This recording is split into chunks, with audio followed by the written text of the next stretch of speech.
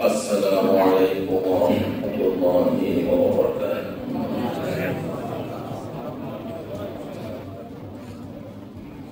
إن الحمد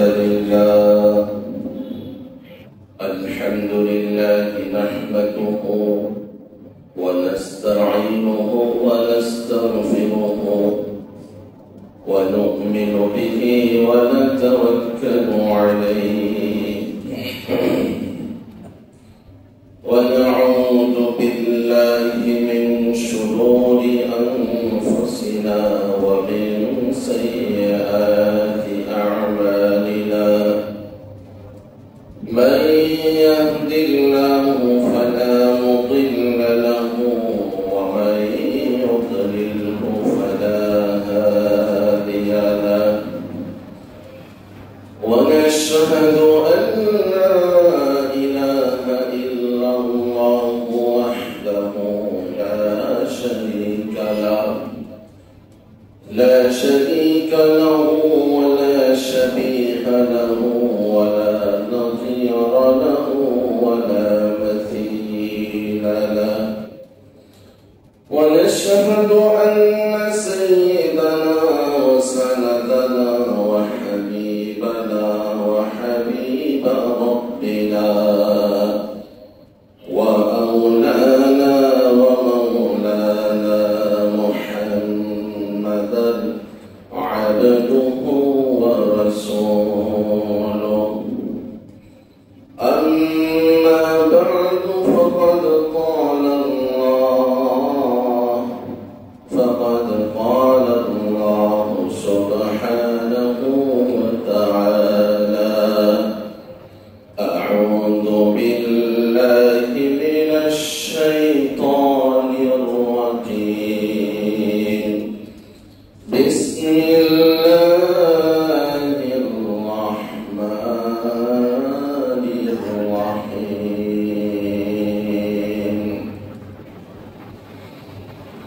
لا تقم فيه أبدا لمسجد أسس على التقوى من أول يوم أحق أن تقوم فيه رجال يحبون أن يتطهروا والله يحب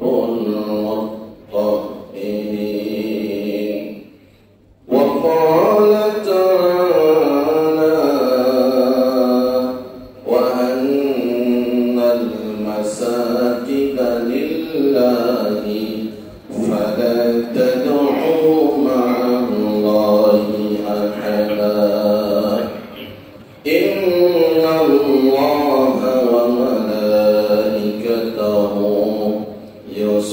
يصلون على النبي يا أيها الذين آمنوا صلوا عليه وسلموا تسليما সবাই মুহাম্মদের সহিত আওয়াজ করে দুরূদ ইব্রাহিম পাঠ করি আল্লাহুম্মা সাল্লি আলা মুহাম্মাদিন ওয়া আলা আলি মুহাম্মাদ কামা সাল্লাইতা আলা ইব্রাহিম ওয়া আলা আলি ইব্রাহিম ইন্নাকা হামিদুম مجيد اللهم بارك على محمد وعلى آل محمد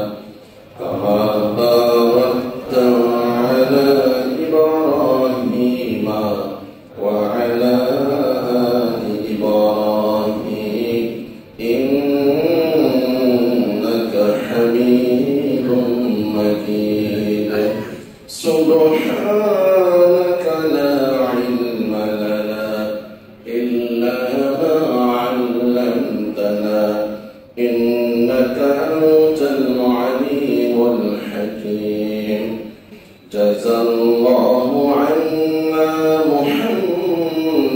ما هو أهله رب اشرح لي صدري ويسر لي أمري واحلل عقدة من لساني يفقهوا قولي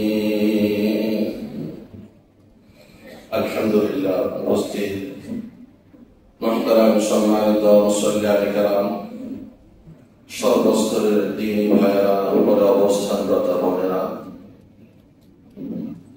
মহান রব্বুল আলামিনের দরবারে শুকরিয়া আদায় করছি যিনি আমাদেরকে সুস্থতার সহিত তার ঘর মসজিদে পৃথিবীর সবচাইতে শ্রেষ্ঠ জায়গা সবচাইতে আল্লাহর কাছে পছন্দের স্থান মসজিদ এই মসজিদে জুমার সালাত আদায়ের উদ্দেশ্যে যথাসময়ে উপস্থিত করেছেন সকলে বলি আলহামদুলিল্লাহ। সাথে সাথে সালাত ও সালামের হাদিয়া প্রদান করছি সাইয়্যিদুল মুরসালিন রাহমাতুল লিল আলামিন শফিউল মুজনিমিন মুহাম্মদুর রাসূলুল্লাহ সাল্লাল্লাহু আলাইহি ওয়াসাল্লামের উপর এবং দোয়া করছি হে প্রভু আপনি আপনার হাবিবকে জান্নাতের সর্বোচ্চ মাকাম সর্বোচ্চ পজিশন দান করুন। সবাই বলি আমিন। সম্মানিত মুসল্লিয়ানে কেরাম, আমরা গত শুক্রবারে মুহররম মাস 10 মুহররমে ঘটে যাওয়া ঐতিহাসিক অনেকগুলো ঘটনা থেকে হযরত মুসা আলাইহিস সালামের সাথে ফিরআউনের যে ঘটনা ঘটেছিল, ঐতিহাসিক ঘটনা, যে ঘটনাকে কোরআনুল কারীম আল্লাহ তাআলা আয়াত নিদর্শন বলেছেন, আমরা সংক্ষিপ্তভাবে সে ঘটনা তুলে ধরেছি। আজকে আমরা আমাদের নির্দিষ্ট সময়ের মধ্যে আলোচনা করব যা আমরা ইবাদত বন্দেগী করি, অথচ এই ইবাদত বন্দেগীর কারণেও আমাদের বালা মুসিবত দূর হচ্ছে না। ইবাদত বন্দেগী করি ঠিকই, অনেক সময় আমার নিজের বিবেকেই বলে যে আমার ইবাদত মনে হয় মাথার উপরে উঠে না, অথচ কোরআনের বক্তব্য হলো ইলাইহি ইয়াসআদুল কালিমুত তাইয়্যিব ওয়াল আমালুস সালিহ, যে প্রত্যেকটা মানুষের আমলে সালেহ উত্তম আমলগুলো আল্লাহর কাছ পর্যন্ত আরশ আজিম পর্যন্ত আমল করার সাথে সাথে পৌঁছে যায়। বলেন সুবহানাল্লাহ। কিন্তু আমাদের কারো কারো নিজেদেরই অনুভূতি হয় যে মনে হয় আমার আমল ওই পর্যন্ত যাচ্ছে না।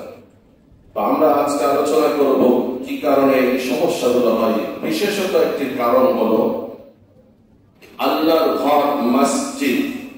আমরা যখন মসজিদে আসি কিংবা মসজিদ থেকে দূরে থাকি তখন এই মসজিদের কি আদব, মসজিদে যখন আমরা আসব মসজিদের কিছু নিয়ম নীতি, মসজিদের কিছু হক, মসজিদের কিছু আদব আছে। এই আদবগুলো সংক্ষিপ্তভাবে আজকে আলোচনা করব। কারণ মসজিদ একদিকে যেমন আল্লাহর বান্দার জন্য দোয়া করে, হে আল্লাহ আপনার বান্দা যে মসজিদে বসে আছে আপনি তাকে দয়া করুন, আপনি তাকে ক্ষমা করুন। বলেন আমিন।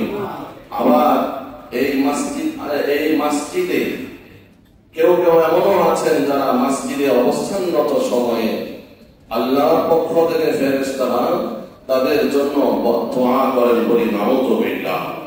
ফেরেশতারা বলতে থাকে হে আল্লাহর বান্দা তুমি নীরব হও, চুপ হও। সে যখন নীরব হয় না, চুপ হয় না, তখন আবার বলে যে হে আদুফুল্লাহ, আল্লাহর দুশমন তুমি চুপ হও, বলি নাউযুবিল্লাহ। আমি তো আল্লাহর হাবিবুল্লাহ হওয়ার কথা, কিন্তু আল্লাহর হাবিবুল্লাহ হতে এসে যদি আদুফুল্লাহ আল্লাহর শত্রু হয়ে যদি বের হয়ে যায় তাহলে আমার মতো হতভাগা আর কে হতে পারে। সম্মানিত মুহতারাম মুসল্লিয়ানে কেরাম, আমরা অত্যন্ত মনোযোগ দিয়ে আমরা এই আলোচনাগুলো শুনবো এবং নিজে শুনে অন্যকে জানানোর উদ্দেশ্যে শুনবো, তাহলে দাওয়াত সওয়াব হবে। বলেন সুবহানাল্লাহ। আর বর্তমানে প্রিন্ট এবং মিডিয়ার যুগে বিভিন্ন ভাবে তাবলীগ করা যায়, পৌঁছানো যায়। কেউ কেউ মোবাইলের মাধ্যমে পৌঁছায়, এরকম ভাবে ভিডিওর মাধ্যমে, অডিও রেকর্ডের মাধ্যমে অন্যদের কাছে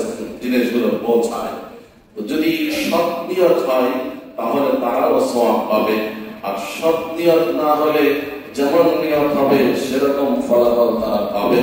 আল্লাহ তাআলা আমাদের প্রত্যেককে প্রতিটি ভালো কাজ, নেক নিয়ত, সৎ নিয়ত, আল্লাহর সন্তুষ্টি অর্জনের উদ্দেশ্যে করার তৌফিক দান করেন, আমিন। এই পৃথিবীতে যতগুলো বাড়ি ঘর আছে, যতগুলো আপনার মানুষ বসবাস করে, মানুষ আসা যাওয়া করে, মানুষ থাকে, মানুষের নির্মাণাধীন প্রতিষ্ঠান, সকল প্রতিষ্ঠানের মধ্যে সবচেয়ে প্রাচীনতম এবং সর্বপ্রথম আল্লাহ তাআলা এই পৃথিবীতে আদম আলাইহিস সালামকে পাঠানোর পরে যে ঘরটি আদম আলাইহিস সালামের মাধ্যমে হয়েছে সেই ঘরটি হলো বাইতুল্লাহ। সূরা আলে ইমরানের 96 নম্বর আয়াতে আল্লাহ তাআলা বলেন, ইন্না আউওয়ালা বাইতিন ওযিআ লিন-নাস, পৃথিবীতে সর্বপ্রথম ঘর প্রতিষ্ঠা করা হয়েছে মানুষের ইবাদতের জন্য, সেই ঘর হলো খানে কাবা, বাইতুল্লাহিল হারাম। আর এই তাফসীরের কিতাবে আছে পরবর্তীতে ক্রমান্বয়ে ইব্রাহিম আলাইহিস সালাম যখন এই খানে কাবা পুনর্নির্মাণ করেন, তখন নির্মাণ শেষে অবশিষ্ট যে সমস্ত জিনিসগুলো থেকে যায়, তাফসীরে কুরতুবীতে আসছে আল্লাহর নির্দেশ হলো এগুলোকে তুমি বিভিন্ন জায়গায় ছিটিয়ে ছড়িয়ে দাও। তো তাফসীরে প্রমাণ করে যে পৃথিবীর যেখানেই এইখানে কাবার একটা অংশ গিয়ে পৌঁছায়, আল্লাহ তাআলা ওই জায়গায় কিয়ামতের আগে হলেও আল্লাহর একটি ঘর, একটি মসজিদ নির্মাণ হবে, বলেন সুবহানাল্লাহ। যেমন সূরা হজের মধ্যে হাজী সাহেবদের ব্যাপারে আসছে, ইব্রাহিম আলাইহিস সালামকে বলেছেন যে তুমি আযান দাও, মানুষকে জানিয়ে দাও। আর এই আযান আল্লাহ তাআলা সারা পৃথিবীতে যত মানুষ হজ করেছেন, যারা করবেন, প্রত্যেকের কর্ণ কুহরে যারা দুনিয়াতে এখনো আসে নাই, কিভাবে পৌঁছাইতে হয় আল্লাহ তাআলাই জানেন, সেভাবে তিনি পৌঁছে দিয়েছেন, বলেন সুবহানাল্লাহ। যার কারণে হাজী সাহেবগণ হজে ইহরাম বাঁধার সাথে সাথে বলেন, আমি উপস্থিত, আমি উপস্থিত, লাব্বাইক আল্লাহুম্মা লাব্বাইক। সম্মানিত ভাইরা, এই পৃথিবীতে সবচাইতে দামি জায়গা আল্লাহর কাছে সেটা হলো মসজিদ। আল্লাহ রাসূল বলেন, আহাব্বুল বিলাদ ইলাল্লাহি মাসাজিদুহা, যে সবচাইতে পছন্দের জায়গা হলো আল্লাহর কাছে দুনিয়ার মসজিদ সমূহ। ওয়া আবগাদুল বিলাদ ইলাল্লাহি আসওয়াকুহা, আর সবচাইতে অপছন্দের জায়গা আল্লাহর কাছে বাজার এবং মার্কেট গুলো। তাই বাজার এবং মার্কেটে সময় বেশি ব্যয় না করে বরং মসজিদে যেন আমরা সময় বেশি ব্যয় করতে পারি। আল্লাহ তাআলা আমাদের প্রত্যেককে কবুল করেন এবং তৌফিক দান করেন, সবাই বলি আমিন। মসজিদ এটা আল্লাহর ঘর। যারা মসজিদ নির্মাণ করি, উদ্দেশ্য থাকতে হবে আল্লাহকে খুশি করা। কারণ মসজিদ এর সব মসজিদ সংক্রান্ত যতগুলো আয়াত এবং যতগুলো হাদিস আছে, সকল আয়াত এবং হাদিসের মধ্যে লিল্লাহ শব্দটি আসছে। যেমন কোরআনের মধ্যে আসছে ওয়া আন্নাল মাসাজিদা লিল্লাহ, আর মসজিদ সমূহ হলো কেবল আল্লাহর জন্য। হাদিসে আসছে মান বানা লিল্লাহি মাসজিদান, যে ব্যক্তি আল্লাহর জন্য মসজিদ নির্মাণ করবে, তাহলে বোঝা গেল মসজিদ কেবল আল্লাহর সন্তুষ্টির জন্যই হবে, আল্লাহকে খুশি করার জন্যই হবে। তাহলে মসজিদ সংক্রান্ত আমি আজকে 15টি আদব, শিষ্টাচার নিয়ে আলোচনা করব। তার প্রথমটি হলো যে মসজিদ যিনি নির্মাণ করবেন শুধু আল্লাহকে খুশি করার জন্য করবেন। সবাই বলি আমিন। আমাদের প্রশ্ন হতে পারে যে হুজুর, আসলে মসজিদ তো আল্লাহর জন্যই নির্মিত হয় না। সমাজে আমরা দেখি বিভিন্ন উদ্দেশ্যে মসজিদ কোথাও কোথাও নির্মিত হয়। কেউ কেউ আছেন আল্লাহ তাআলা সম্পদ দিয়েছেন, চিন্তা করেন এখন আমার সম্পদ যেহেতু আছে, আমি কোন আরেকজনের মসজিদে গিয়ে সালাত আদায় করব, আমি নিজেও তো একটি মসজিদ দিতে পারি। তাহলে এই মসজিদ দেওয়া লিল্লাহ হলো না, এটা হলো নিজের সব দিক দিয়ে তিনি স্বয়ং সম্পন্ন। সুতরাং মসজিদের ক্ষেত্রে কেন স্বয়ং সম্পন্ন হবেন না, আরেকজনের মসজিদে গিয়ে নিজেকে ছোট করে কেন সালাত আদায় করবো? এই জন্য দিয়েছেন, সেটা লিল্লাহ হয়েছে কিনা আপনারাই বুঝে দিবেন।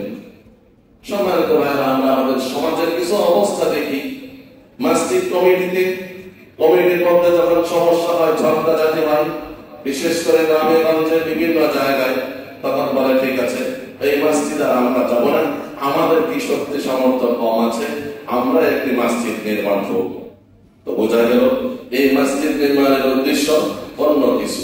অথচ আল্লাহ তাআলা কোরআনুল কারীমে সূরা তাওবার মধ্যে বলছেন, লা মাসজিদুন উসসিসা আলা তাকওয়া, নিশ্চয় যে মসজিদ উসসিসা প্রতিষ্ঠিত হবে তাকওয়ার উপরে, আল্লাহ ভীতির উপরে, কেবল আল্লাহকে খুশি করার জন্য, সেই মসজিদেই হলো আল্লাহর কাছে পছন্দের এবং আল্লাহর কাছে অনেক প্রিয়। সূরা তাওবা 108 নম্বর আয়াত। প্রিয় নবী সাল্লাল্লাহু আলাইহি ওয়াসাল্লাম যখন হিজরত করে মদিনায় যান, তখন মদিনায় গিয়ে সর্বপ্রথম যে আমলটি করেন, যে কাজটি করেন, সেটি হলো রাসূলের মসজিদ নির্মাণ। আর মদিনার প্রথম মসজিদটি হলো মসজিদে কুবা। কুবা নামক জায়গায় যে মসজিদ আছে, সেই মসজিদ আপনারা যারা হজ করতে যান, উমরা করতে যান, আপনাদের হজ উমরা শেষে ওই মসজিদে কুবাতে যাওয়া হয়। রাসূলের সহিহ হাদিসে আছে, মসজিদে কুবায় লেখাও আছে, যারা এই মসজিদে এসে 2 রাকাত সালাত আদায় করবে, তাদেরকে আল্লাহ তাআলা একটি হজের সওয়াব দান করবেন। সুবহানাল্লাহ। সম্মানিত ভাইরা, রাসূল সাল্লাল্লাহু আলাইহি ওয়াসাল্লাম মসজিদে কুবাকে এত ভালোবাসতেন, প্রত্যেক শনিবারে যেতেন এবং মঙ্গলবারে যেতেন। তাহলে মসজিদ হলো আল্লাহ রাসূল সাল্লাল্লাহু আলাইহি ওয়াসাল্লামের মদিনায় সর্বপ্রথম একটি প্রতিষ্ঠিত আমল। তারপরে সেখান থেকে এসে মসজিদে নববী, বর্তমান যে মসজিদ, এই মসজিদ আল্লাহ রাসূল নির্মাণ করেন। তাহলে বোঝা যাবে মসজিদ হতে হবে শুধু আল্লাহর জন্য। মসজিদে কুবার পাশে আরেকটি মসজিদ নির্মাণ করা হয়েছিল মুনাফিক কর্তৃক। সেই মসজিদকে আল্লাহ তাআলা ঘোষণা দিয়েছেন মসজিদে জিরার, অর্থাৎ ক্ষতিকারক মসজিদ। মসজিদ আবার ক্ষতিকারক কিভাবে হতে পারে? তাহলে বোঝা গেল এই একই আয়াতে সূরা তাওবার মধ্যে একটি মসজিদকে মসজিদে জিরার বলা হয়েছে, ক্ষতিকারক মসজিদ। মসজিদ তো ভালো জিনিস, মসজিদ কিভাবে আবার ক্ষতিকারক হবে? কারণ সেখানে মুনাফিকরা, তারা ইসলামের বিরুদ্ধে গবেষণা, ইসলামের বিরুদ্ধে ষড়যন্ত্র করার জন্য তারা ওই মসজিদ নির্মাণ করেছিল, যা আল্লাহ তাআলা আল্লাহ রাসূলকে ওহীর মাধ্যমে জানিয়ে দিয়েছিলেন। তারা চেয়েছিল আল্লাহ রাসূল জিহাদ থেকে ফিরে আসলে ওই মসজিদে জিরার উদ্বোধন করবে, কিন্তু আল্লাহ তাআলা তার আগেই ওহীর মাধ্যমে জানিয়ে দিলেন যে তারা অপেক্ষায় আছে, মুনাফিকরা আপনি মদিনায় গেলে আপনাকে দিয়ে মসজিদে জিরার উদ্বোধন করবে। আপনি জেনে রাখুন, এই মসজিদ মানুষের, মুসলমানদের ক্ষতি করার জন্য করা হয়েছে। বরং যে মসজিদ তাকওয়ার উপরে প্রতিষ্ঠিত হয়েছে, সেটি হলো কুবার মসজিদ। আপনি গিয়ে জিরারে অবস্থান করবেন না, আপনি মসজিদে কুবাতে যাবেন। মসজিদে কুবায় গিয়ে ইবাদত করা, এটাই সবচেয়ে শ্রেয়। বলেন সুবহানাল্লাহ। সম্মানিত ভাইরা, তাহলে বোঝা গেল সমাজে এমন কিছু মসজিদ কিংবা নামাজগাহ যেগুলো খারাপ উদ্দেশ্য হয়, কোরআনের ভাষ্য অনুযায়ী যেগুলো উদ্দেশ্য খারাপ হবে, সেটা মসজিদ উসসিসা আলা তাকওয়া হবে না। আর যদি আরো বেশি খারাপ উদ্দেশ্য হয়, হয়তো সেটা মসজিদে জিরারের অন্তর্ভুক্ত হয়ে যেতে পারে। আল্লাহু আ'লাম। সম্মানিত ভাইরা, তাহলে আমরা যে যখন যেখানেই মসজিদ নির্মাণ করব, প্রধান উদ্দেশ্য থাকবে কাকে খুশি করা? আল্লাহকে খুশি করা। অনেক সময় অনেকেই মনে করেন যে আমার বাড়িটা পরিচয় কেউ জানে না, সেজন্য একটা মসজিদ নির্মাণ করব, তাহলে আমি পরিচিতি লাভ করব যে ওই মসজিদওয়ালা বাড়ি। তাহলে উদ্দেশ্য আমার ভিন্ন হয়ে গেল, তাকওয়া, পরহেজগারি, আল্লাহকে খুশি করা হলো না। তাই মসজিদের প্রথম আদব হলো মসজিদ যারা নির্মাণ করব আল্লাহকে খুশি করার জন্য করব। এরপরে এই মসজিদের সাথে যারা রিলেটেড, মসজিদের সাথে যারা সম্পৃক্ত, সবার উদ্দেশ্য থাকতে হবে একটাই, লিল্লাহ, আল্লাহকে খুশি করা। যিনি মসজিদের ইমামতি করেন, খেতাবতি করেন, মসজিদের খাদেম, মসজিদের কমিটি, মসজিদের ডোনার, প্রত্যেকেরই উদ্দেশ্য থাকতে হবে একটা, তার সন্তুষ্টি, আল্লাহর সন্তুষ্টি। মসজিদে খেদমত করেও উদ্দেশ্য ভিন্ন হলে সওয়াব পাওয়া যাবে না। মসজিদের সাথে সম্পৃক্ত থেকেও উদ্দেশ্য ভিন্ন হলে সওয়াব পাওয়া যাবে না। তাই আমাদের প্রত্যেকেরই আল্লাহর কাছে দোয়া করতে হবে, হে আল্লাহ, আমার মসজিদের সাথে সম্পৃক্ততা, মসজিদে আসা যাওয়া, মসজিদের খেদমত, মসজিদের ইমামতি, মসজিদের খেতাবতি, মসজিদ কমিটিতে ঢোকা, মসজিদ কমিটিতে আসা, সবগুলো যেন আল্লাহ আপনাকে খুশি করার জন্য হয়। কারণ এটা একদিকে যেমন সওয়াব, অপরদিকে কোনো কারণে নিয়তে বিচ্যুতি থাকলে, ভুল ত্রুটি থাকলে এটা গুনাহ অনেক মারাত্মক হবে। সম্মানিত ভাইরা, তাহলে মসজিদের প্রথম আদব হলো যে কোনো কাজ করব, মসজিদ নির্মাণ করব, মসজিদে দান করব, উদ্দেশ্য থাকবে শুধু আল্লাহকে খুশি করা।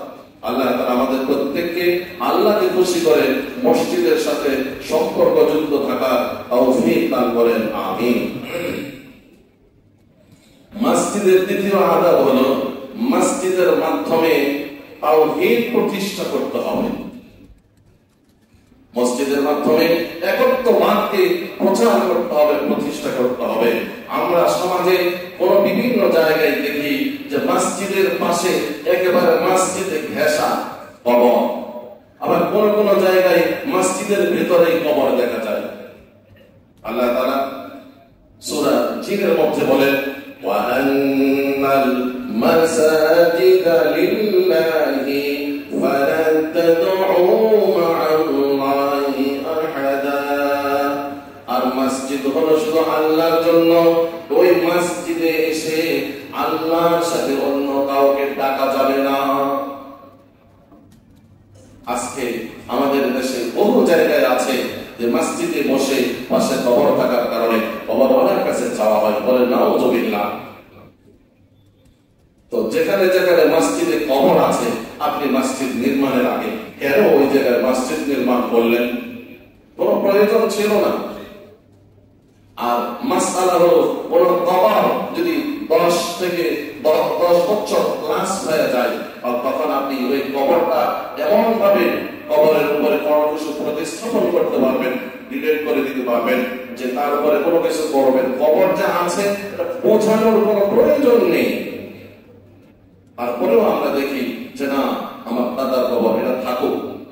তো এর মাধ্যমে তাওহীদ প্রতিষ্ঠা হয় না, বরং শিরক প্রতিষ্ঠা হয়। তাই মসজিদের আদবের দ্বিতীয় পয়েন্ট হলো মসজিদের মাধ্যমে কোন ধরনের শিরকের চর্চা যেন না হয়, শিরকের সন্দেহ যেন না হয়, একমাত্র একত্ববাদ তাওহীদই যেন প্রতিষ্ঠা হয়। সম্মানিত ভাইরা, মসজিদের 3 নম্বর আদব হলো মসজিদে যখন আমরা আসবো তো সুন্দর সুন্দর পোশাক পরে আসবো, ভালো পোশাক পরে আসবো। আল্লাহ তাআলা সূরা আরাফের মধ্যে বলেন, ইয়া বনি আদম খুযু সিনাতাকুম ইনদা কুল্লি মাসজিদ। হে আদমের সন্তানেরা, যখন মসজিদে আসবে কিংবা নামাজের জন্য প্রস্তুতি নেবে, তো তুমি সুন্দর উত্তম পোশাক পরিধান করো। আর আমরা কিন্তু এমন আছি, মাঝখানে বলে রাখি আমার ভাইয়েরা, আমরা যে কথাগুলো বলি এই কথাগুলো আল্লাহকে খুশি করার জন্য বলি, কাউকে খুশি করার জন্যও না, আবার কাউকে মনে কষ্ট দেওয়ার জন্যও না। হয়তো বা কেউ কেউ মনে করতে পারেন যে কথাটা মনে হয় আমাকে টার্গেট করে বলা হয়। না না, আল-ইয়াযু বিল্লাহ। পরে সময় একবার বলেছিলেন, এই করে একটা পয়েন্ট নিয়ে আলোচনা করার পরে বলে যে হুজুর, আমার মনে হচ্ছে কথাটা আপনি আমাকে উদ্দেশ্য করে বলছেন। আমি বললাম নাউযুবিল্লাহ, কথা কাউকে উদ্দেশ্য করে বলা হয় না।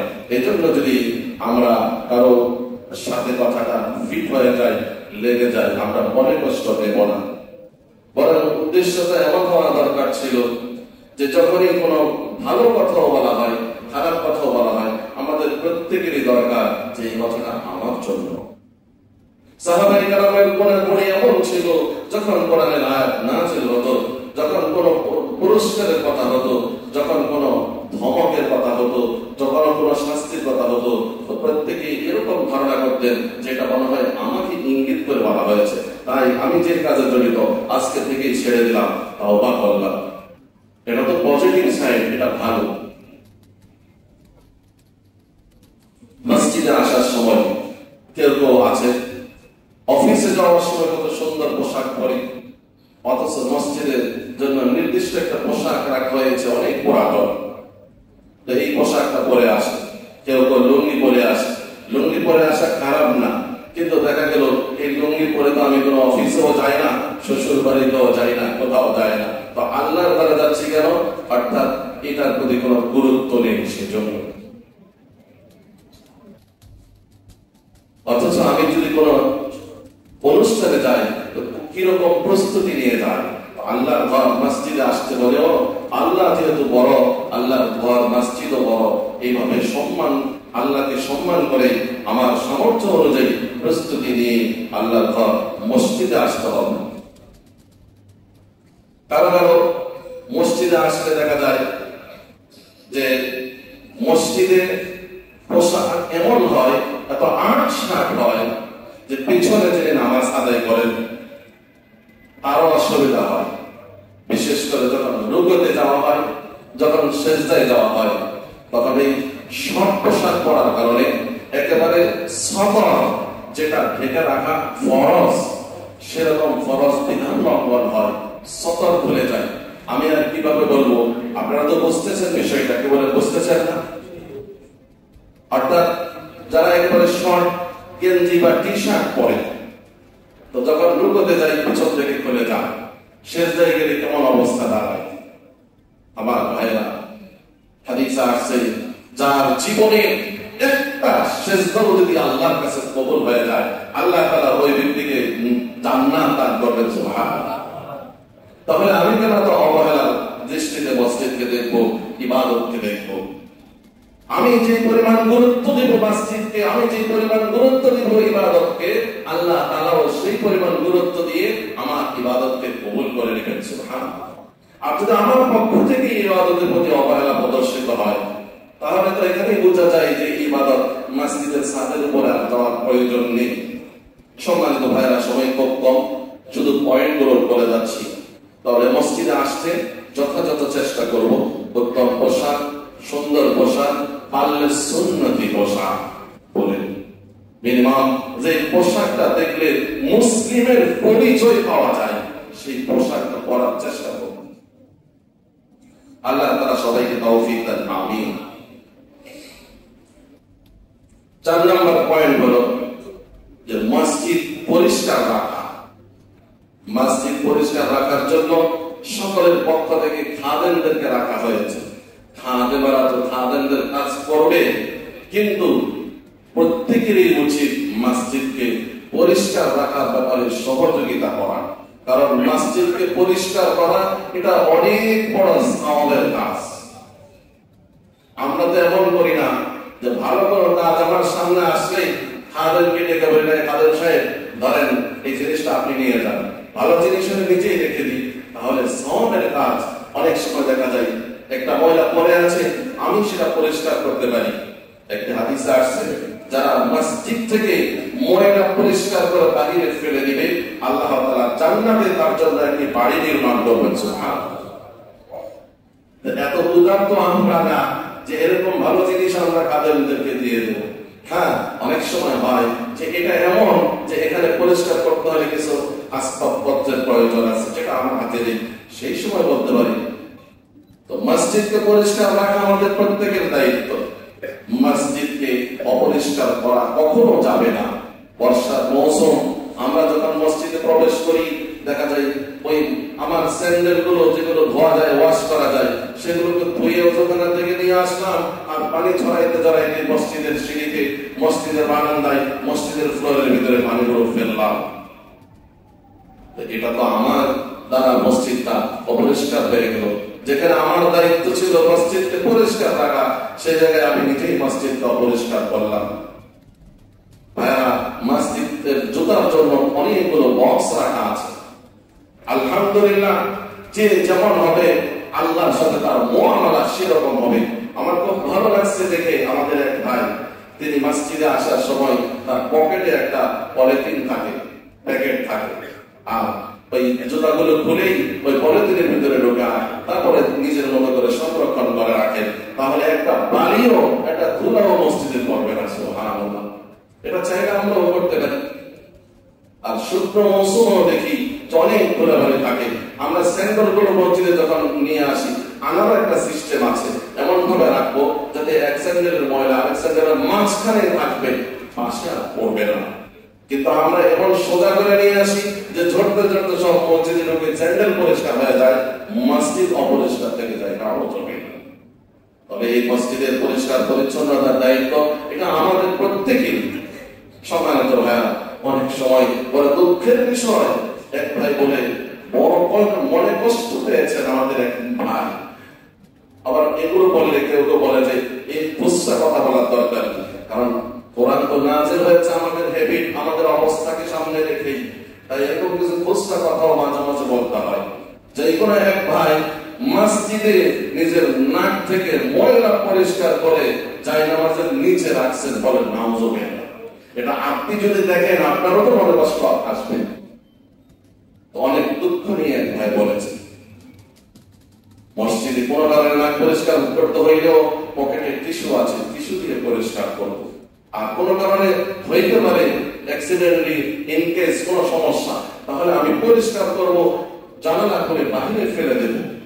কিন্তু যার মসজিদের কার্পেটের নিচে ময়লা লুকানো, এটা নিশ্চয়ই খুবই খারাপ কাজ। এরকম আমরা কখনো করবো না। সম্মানিত ভাইরা, মসজিদের আদবের 5 নাম্বার পয়েন্ট হলো যে মসজিদের আসার সময় কোন দুর্গন্ধ যেন শরীরে না থাকে। দুর্গন্ধ হাদিসে পরিষ্কার হাদিসে আসছে, সহিহ হাদিস, বুখারীর হাদিস, তোমরা কেউ দুর্গন্ধযুক্ত কোন জিনিস খেয়ে মসজিদে আসবে না। কারণ কি? কারণ হলো তাতাআযযা বিহিল মালাইকাতু বিমা ইয়াতাআযযা বিহিল ইনসান। যে মানুষ যেই জিনিসে কষ্ট পায়, ফেরেশতারাও সেই জিনিসে কষ্ট পায়। এখন যাদের বিড়ি সিগারেট খাওয়ার অভ্যাস আছে, বিড়ি সিগারেট খাওয়া কি সেটা তো সবাই জানে, এটা তো কোনো ভালো জিনিস না, এটা মাকরুহ, কেউ কেউ হারামও বলেছেন। তাহলে যদি কেউ অভ্যাসগত কারণে ছেড়ে নাও দিতে পারে, আসার আগে এমন ভাবে মুখটাকে ওয়াশ করে ফ্রেশ করে আসতে হবে যেন মসজিদে কোনো মুসল্লিরাও কষ্ট না পান এবং ফেরেশতারাও যেন কষ্ট না পান। আবার মাঝে মাঝে অনেকে আমরা এত বেশি থামায়া যাই যে আমার গন্ধে পাশে যিনি আছেন তিনি মনে মনে ভাবেন, আল্লাহ ইমাম সাহেব একটু তাড়াতাড়ি নামাজটা শেষ করো। তাই মসজিদে আসার আগে সুগন্ধি ব্যবহার করে ফ্রেশ হয়ে ভালো হয়ে আসা, যাতে করে আমার কারণে আমার সাইডের কোনো প্রতিবেশী যেন কষ্ট না পায় আর ফেরেশতারাও যেন কষ্ট না পায়। সম্মানিত ভাইরা, 6 নম্বর পয়েন্ট হলো মসজিদে আসবো প্রশান্ত দিকে। মসজিদে আসবো অনেক টেনশন নিয়ে, যার কারণে মসজিদে আসার আগেই যাওয়ার চিন্তা, এমন যেন না হয়। বরং মসজিদে আসবো একটু সময় নিয়ে। মসজিদে যত বেশি সময় দিতে পারি তত বেশি আমার জন্য ভালো। আপনারা জানেন সহিহ হাদিস, আল্লাহ রাসূল সাল্লাল্লাহু আলাইহি ওয়াসাল্লাম বলেছেন, সাবআতুন ইউযিল্লুহুমুল্লাহু ইয়াওমা লা যিল্লা ইল্লা যিল্লুহু। 7 শ্রেণীর মানুষ এমন আছে যাদেরকে আল্লাহ তাআলা আরশে আযীমের নিচে ছায়া প্রদান করবেন। তার মধ্যে যেদিন আল্লাহর ছায়া ছাড়া কোনো ছায়া থাকবে না, সেই 7 শ্রেণীর ভিতরে এক শ্রেণী হলো রাজুলুন কলবুহু মুআল্লাকুন বিল মাসাজিদ। ওই ব্যক্তি যার কলব, যার অন্তর মসজিদের সাথে সম্পৃক্ত থাকে, যার অন্তর মসজিদের সাথে লাগানো থাকে। এটা কি অর্থ? এটার অর্থ হলো তিনি বাহিরে কাজকর্মে ব্যস্ত আছেন, ব্যবসা নিয়ে ব্যস্ত আছেন, তার অফিস নিয়ে ব্যস্ত আছেন, যে কোনো কাজে তিনি আছেন, ব্যস্ত আছেন। আর বারবার মনের মধ্যে আসে যে কখন মসজিদে যেতে পারবো, কখন মসজিদে যাওয়ার সময় হবে, একটু সুযোগ পাইলে মসজিদে চলে আসে। তাহলে নিয়ম তো হলো, মসজিদের আদর তো হলো, মসজিদ আমার এত আদরের এত প্রিয় হবে যে সময় পাইলে মসজিদে আসবো। কিন্তু আমাদের তার বিপরীত হয়ে যাচ্ছে। কিরকম বিপরীত? যে মসজিদে আসলে যদি একটু সময় বেশি লেগে যায় তো সেটা আমাদের আর ভালো লাগে না। যেমন বর্তমান সময়ে আমরা দেখি যে মসজিদে আসার পরে হঠাৎ বৃষ্টি শুরু হয়ে গেছে। এই বৃষ্টি শুরু হয়ে যাওয়ার কারণে এখন নামাজ শেষ, আমরা সবাই বাসায় চলে যাব, এটাই স্বাভাবিকতা, এটাই নিয়ম। কিন্তু দেখা গেছে বৃষ্টির কারণে আর যেতে পারি না। তাই মনে হচ্ছে কেমন যেন একটা জেলখানার মধ্যে বন্দী হয়ে আছি। কেউ জানালা দিয়ে উঁকি দিয়ে দেখি, কেউ আপনার গেটের পাশে গিয়ে এমন অবস্থায় দাঁড়িয়ে থাকি যে কেমন যেন আমি বের করতে পারছি না, পারলে এখনই বের হয়ে যায়। তবে কেমন যেন এক বিরক্তিকর পরিবেশ। স্বাভাবিক এটা হওয়াটাই, কিন্তু আমাদের উচিত ছিল এরকম যে কোনদিন বৃষ্টির কারণে আমি মসজিদে আসতে পারি নাই, সেই দিন কি আমার মসজিদে আসার জন্য এই ধরনের আগ্রহ কি ছিল? যা আমরা কি কোনো বাড়ির দিকে তাকাইলে যে দেখি গেটের পাশে 8-10 জন লোক সমবেত হয়ে আছে, বৃষ্টির কারণে মসজিদে আসতে পারতেছে না, তাদের মনে অনেক দুঃখ, সেটা তো হচ্ছে না। তার অর্থ হলো যে আমরা মসজিদে আসলে যত দ্রুত পারি চেষ্টা করি বের হয়ে যাওয়ার জন্য। আর বৃষ্টি হইলে দেখা যাচ্ছে তখন আর নিজেই ফতোয়া দিয়ে দিই, বৃষ্টি হইলে তো জামাত মাফ। আলহামদুলিল্লাহ, অত্যন্ত প্রশংসার সহিত বলতে হচ্ছে গত কিছুদিনের ভিতরে অনেক বৃষ্টি হয়েছে। তার মাঝেও আমরা দেখেছি আমাদের মুসল্লিদের কিছু কিছু ভাইদেরকে কোরআনে আল্লাহ তাআলা রিজালুন বলে কিছু মুমিনদেরকে আল্লাহ তাআলা প্রশংসা করেছেন যে এত বৃষ্টি উপেক্ষা করেও তারা জামাত ছাড়েনি, মিস করেনি। আল্লাহ তাআলা তাদেরকে উত্তম জাযা দান করুন, সবাই বলি আমিন। তাহলে মসজিদে আসলে আমরা চেষ্টা করব যতক্ষণ সময় থাকি ততক্ষণ সময় যেন প্রশান্ত মনে থাকতে পারি। সব সময় দিলের ভিতরে টেনশন, কখন বের হয়ে যেতে পারি, কখন জামাত শেষ হবে, কখন দ্রুত বের হয়ে যেতে পারি, এটা উচিত না। মসজিদ এটা হলো আমাদের সবচেয়ে বড় প্রিয় জায়গা। কারণ আল্লাহ নিজেই বলছেন আহাবুল বিলাদি ইলাল্লাহি মাসাজিদুহা, আল্লাহর কাছে সবচেয়ে প্রিয় জায়গা হলো মসজিদ। সম্মানিত ভাইরা, আমরা অনেক সুন্নত নিয়ে আলোচনা করি, তো আজকে প্রসঙ্গক্রমে এই কথাটা না বললেই না। সেটা হলো এই মাঝে মাঝে আমাদের সালাত একটু কয়েক মিনিট লেট হয়, তো এটার কারণে আপনারা অনেক মনে কষ্ট পান। এমনকি কেউ কেউ এটা নিয়ে কমিটির কাছেও কমপ্লেন করেন। আলহামদুলিল্লাহ, ভালো কথা। তবে আপনারা যারা হজ উমরায় গিয়েছেন দেখেছেন যে মসজিদে হারাম, মসজিদে নববীতে জামাতের কোনো শিডিউল নাই, শুধু আযানের আছে। রাসূল সাল্লাল্লাহু আলাইহি ওয়াসাল্লামের অত্যন্ত বড় একটি সুন্নাত হলো এটা যে জামাতের নির্দিষ্ট কোনো সময় ছিল না। আল্লাহ রাসূল যখন সময় পেতেন তখনই আসতেন।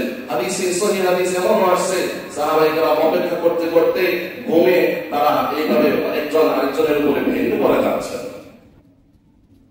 এই সুন্নাতগুলোর কথা বললে আপনারা বলতে পারেন হুজুররা নিজেদের স্বার্থে বলছে, এতদিন তো বলি নাই, আজকে পয়েন্ট আসছে বলছে, এই জন্য বললাম। তাহলে মসজিদে আযানের একটা সময় আছে কিন্তু জামাতের সময় নেই। তাই আমাদের উচিত হবে যে এই মসজিদ বলে না, যে কোনো মসজিদে যে কোনো জায়গায় ইমামদের আকবর হয়ে গেলে, একটু সমস্যা হয়ে গেলে, এটা যেন আমরা বিরক্তির দৃষ্টিতে না দেখি, বরং আমি মনে মনে ভাববো 2টা মিনিট আল্লাহর ঘর বেশি অবস্থান করছি, এতে আমার সওয়াব বেশি হবে। সম্মানিত ভাইরা, আর একটা পয়েন্ট হলো মসজিদে যখন আমরা আসবো তো মসজিদে ঢোকার আগে কয়েকটি সুন্নত আছে, সেগুলো আদায় করে ঢুকবো। ডান পা দিয়ে বিসমিল্লাহ বলে দোয়া পাঠ করে এরপরে ইতিকাফের নিয়তে মসজিদে প্রবেশ করব। এই মিস্টেকটা, এই ভুলটা অহরহ হয়ে যায় যে ডান পা দিয়ে মসজিদে প্রবেশ করব, দেখা গেছে ডান পা আগে বাম পাটা এগিয়ে যায়, আর এখানে শয়তানের ডিস্টার্ব করে, আপনাকে ভুলিয়ে দেয়। তাই বলে এই জায়গায় আপনি একটা কাজ করবেন, যখনই দেখবেন যে বাম পা দিয়ে মসজিদে ঢুকে ফেলছেন, বের হয়ে যাবেন, বের হয়ে গিয়ে আবার ঢুকে এটা কারেকশন করবেন, ডান পা দিয়ে প্রবেশ করবেন। একবার, দুইবার, তিনবার আপনি করেন, তারপরে দেখবেন জীবনে কখনো ভুলেও এই কাজ আপনার হবে না, কারণ আপনি তখন ডান পা দিয়ে প্রবেশ করবেন। কারণ কি? কারণ হলো যখন আপনি এই কাজটা করছেন, এটা আপনি ডাবল সওয়াব পেয়ে গেছেন। সুবহানাল্লাহ। শয়তান বলবে আমি চেয়েছিলাম একেবারে সওয়াব না পাক, কিন্তু সেটা এমন কৌশল অবলম্বন করছে, সে ডাবল সওয়াব পেয়ে গেছে। তো শয়তানের তো সহ্য হয় না যে মুসলমান মুসলিম বেশি সওয়াব পাবে, এজন্য শয়তান আগ থেকেই আপনার ডান পাকে সামনের দিকে এগিয়ে দিন। তাই যে কোনো জায়গায় আমরা চেষ্টা করবো যে ডান পা দিয়ে আগে প্রবেশ করতে, বিশেষত মসজিদে তো অনেকে বাম পা দিয়ে প্রবেশ করে, তাদের ক্ষেত্রে আমাদের পরামর্শ হলো আবার বের হয়ে দোয়া করে বা ডান পা দিয়ে প্রবেশ করবো। মসজিদের আদবের আরেকটি আদব হলো মসজিদে যখন ঢুকবো দেখবো সময় কি অবস্থা। যদি মাগরিব সময় না হয় তাহলে 2 রাকাত সালাত তাহিয়াতুল মসজিদ মসজিদে পড়বো। আলহামদুলিল্লাহ অনেক ভাইরা আমলটি করেন, খুব ভালো। মসজিদে প্রবেশ করলে যদি নিষিদ্ধ সময় না হয় তাহলে মসজিদে ঢোকে 2 রাকাত সালাতুত তাহিয়াতুল মসজিদ বা দুখুলুল মসজিদ নামে এই নামাজটা আমরা আদায় করব। মসজিদের আরেকটি গুরুত্বপূর্ণ পয়েন্ট হলো, সময় শেষ হয়ে যাচ্ছে, সেটা হলো মসজিদে সাউন্ড করা যাবে না, আওয়াজ করা যাবে না। আপনারা জানেন খুতবা চলাকালীন সময়ে কেউ যদি আওয়াজ করে, গল্প করে, আপনি তাকে যদি বলেন ভাই আপনি চুপ হন, হাদিস এটাও নিষেধ করছে, বরং বলছে ইশারা ইঙ্গিতে তাকে যদি পারো চুপ করো, মুখে কিছু করো, সাউন্ড করা যাবে না। তো আমাদের মসজিদে একটু সাউন্ড বেশি হয়ে যাচ্ছে, জামাতের আগে জামাতের পরে, এমনকি এমন হয় যে জামাতের সাউন্ড বেরোনোর পরপরেই 2-4জন কথাবার্তা এমন ভাবে বলা শুরু হয়ে যায় যে আশপাশে যারা নামাজ পড়েন তাদের অসুবিধা হয়। এমনকি কয়েকজন ভাই একসাথে এসে আমার কাছে বলছেন যে হুজুর কি করবো বলেন। তো আমরা চেষ্টা করব যে আমি মসজিদে আসি ইবাদতের জন্য, নেকি অর্জনের জন্য, যদি আমার কারণে আরেকজনের কষ্ট হয় তো এই কষ্টের কারণে আমার সব নষ্ট হয়ে যাবে। অনেকেই তেলাওয়াত করতে পারেন না, যে পাশে বসে অনেকবার কয়েকজন মিলে এমন কথাবার্তা বলেন যে তার তেলাওয়াতের ডিস্টার্ব হচ্ছে। সম্মানিত ভাইরা, অনেকে নামাজ পড়ার জন্য নিজে নিজে যখন একাকী সালাত করেন তো অনেক বেশি সাউন্ড করে কেরাত করেন, এত বেশি আওয়াজ করেন সাইডে যিনি আছেন তার অসুবিধা হয়। এটাও অনিয়ম। এতটুকু আওয়াজ হবে যে আমি আমার কানে যেন শুনতে পারি। আবার বিপরীতে আছে কেউ এমন আছেন যে আপনার একেবারে ভোট পর্যন্ত নাড়াচাড়া করে না, অথচ তাহরিকুস শাফাতাইন যদি আপনি কেরাত করেন পরিচয় হলো আপনার অন্তত পক্ষে 2টা ভোট নাড়াচাড়া করবে। যদি না ভোটও যদি নাড়াচাড়া না করে এটা কেরাত হবে না, এটা পড়া হবে না, এটা স্মরণ হবে, এটা জিকির হবে। তাই আমরা চেষ্টা করবো অন্তত পক্ষে মুখ খুলে ভোট নাড়াচাড়া করে কেরাত করবে একাকি যখন করি। সম্মানিত ভাইরা, আমি আবার বলছি মসজিদে এসে আমরা কোনো সাউন্ড করবো না, আওয়াজ করবো না। মসজিদে সাউন্ড করলে ওই হাদিসটা প্রথমে ফেরেশতা বলে হে আল্লাহর বান্দা চুপ হও, এরপরও যদি চুপ না হয় তখন বলে যে আল্লাহর দুশমন তুমি চুপ হও। আমরা সাউন্ড করবো না, সবাইকে আল্লাহ তাআলা হেফাজত করেন। মসজিদের আরেকটা আদব হলো মসজিদে কোনো হারাম জিনিসের ঘোষণা করা যায় না। এই মাসালাটাও আমাদের প্রত্যেকের জানা দরকার। অনেক সময় বাইরে একটা জিনিস হারিয়ে গেছে, আমাদেরকে এসে রিকোয়েস্ট করা হয়, কমিটির কাছে গিয়ে রিকোয়েস্ট করা হয় হুজুর অমুক বাচ্চা হারিয়ে গেছে, মসজিদের মাইকে একটু অ্যানাউন্সমেন্ট করুন। সহিহ হাদিস তিরমিজি রাসূল সাল্লাল্লাহু আলাইহি ওয়াসাল্লাম বদদুয়া করেছেন যে বাহিরে কোনো জিনিস হারিয়ে গেছে তার অ্যানাউন্সমেন্ট যদি মসজিদে করে, রাসূল বদদুয়া করে বলেছেন ওই জিনিস যেন আল্লাহ জীবনে কোনোদিন ফিরে না দেন। কত কঠিন কথা।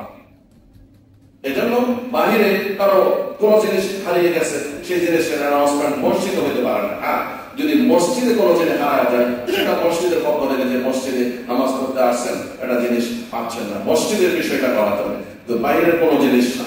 তবে সামাজিক কোনো জিনিস যদি সেটা সমাজের জন্য উপকারী হয়, যৌথভাবে সমাজ, সেরকম কোনো অ্যানাউন্সমেন্ট সরকারের পক্ষ থেকে, সিটি কর্পোরেশনের পক্ষ থেকে সেটা করা যাবে। কিন্তু হারানোর বিষয়টা পরিষ্কারভাবে হাদিসে চলে আসছে, সেজন্য এই বিষয়ে কোনো কম্প্রোমাইজ নেই। সম্মানিত ভাইরা, মসজিদে যত পারি আগে আসবো, এটা মসজিদের আদব। মসজিদের আরেকটা আদব হলো পায়ে হেঁটে মসজিদে আসা। যদি আপনি গাড়ি দিয়েও আসেন, গাড়ি দূরে রাখার পরে বাকি জায়গাটুকু হেঁটে হেঁটে আসেন, এটা সুন্নাত, মসজিদের বড় আদব। সম্মানিত ভাইরা, মসজিদকে বিভিন্ন আমল দিয়ে সাজানো। শুধু মসজিদে নামাজ হবে এটা মসজিদের আদব না। যখন আমাদের মসজিদে বয়স্কদের কোরআন শিক্ষা ব্যবস্থা, মহিলাদের কোরআন শিক্ষা ব্যবস্থা আছে, শিশুদের কোরআন শিক্ষা ব্যবস্থা আছে, এভাবে আমরা ইনশাআল্লাহ সামনে আরো উদ্যোগ নেব যে আরো কিভাবে আপনাদের বিশেষ করে এই ব্যাপারে আমলে প্র্যাকটিক্যালি মাস করা যায়। যেমন সালাতের প্র্যাকটিক্যালি মাস করব, এবং যদি আপনারা আগ্রহী হন যে হুজুর আমরা আরবি শিখতে চাই, কোরআন বুঝতে চাই, ইনশাআল্লাহ আমাদের এই মসজিদের পক্ষ থেকে আপনাদেরকে সে আরবি পড়ার ব্যবস্থা ইনশাআল্লাহ আমরা করতে পারবো। সম্মানিত ভাইরা, মসজিদে যখন বেশি আসবো জিকির আর তাসবিহ আদায় করবো। আর আজান, আরেকটা আদব হলো মসজিদে আমি থাকা অবস্থায় আজান হয়ে গেছে, আজান হওয়ার পর মসজিদ থেকে বের হওয়া যাবে না। হ্যাঁ, আপনি ওযু করার জন্য বের হবেন, সুবিধা নেই। আপনি ইমাম আরেক জায়গায় নামাজ পড়াবেন, কোনো কারণে আসছেন, বের হতে পারবেন, কিন্তু এছাড়া প্রয়োজন ছাড়া মসজিদে আজান হওয়ার পরে যেন কেউ বের না হয়। আমি এখানে 15টি পয়েন্ট নিয়ে আলোচনা করছি, সময় শেষ, আরো বেশি হয়ে গেছে। সম্মানিত ভাইরা, আমরা চেষ্টা করব মসজিদ আল্লাহর ঘর, মসজিদে আল্লাহর ঘর, এখানে মসজিদের আদবগুলো রক্ষা করব। আরেকটা পয়েন্ট, সেটা হলো মসজিদে অনেক সময় আমরা টাচ মোবাইল খুলে যখন হয়তো কেউ কোরআন করি, আর কোরআন পড়াই এটা আমরা মনে করি, কারণ মসজিদে আসতে কেউ অন্য খারাপ জিনিস মোবাইলে দেখবে এটা কল্পনা করা যায় না। তারপরে যদি কেউ করে সেটা তো মারাত্মক গুনাহ হবে। তবে লক্ষ্য রাখতে হবে যে টাচ মোবাইলের আলো দ্বারা কোনো কারো ক্ষতি হয় কিনা সেই বিষয়ে একটু লক্ষ্য রাখবো। প্রয়োজনে আলোর বলি আমরা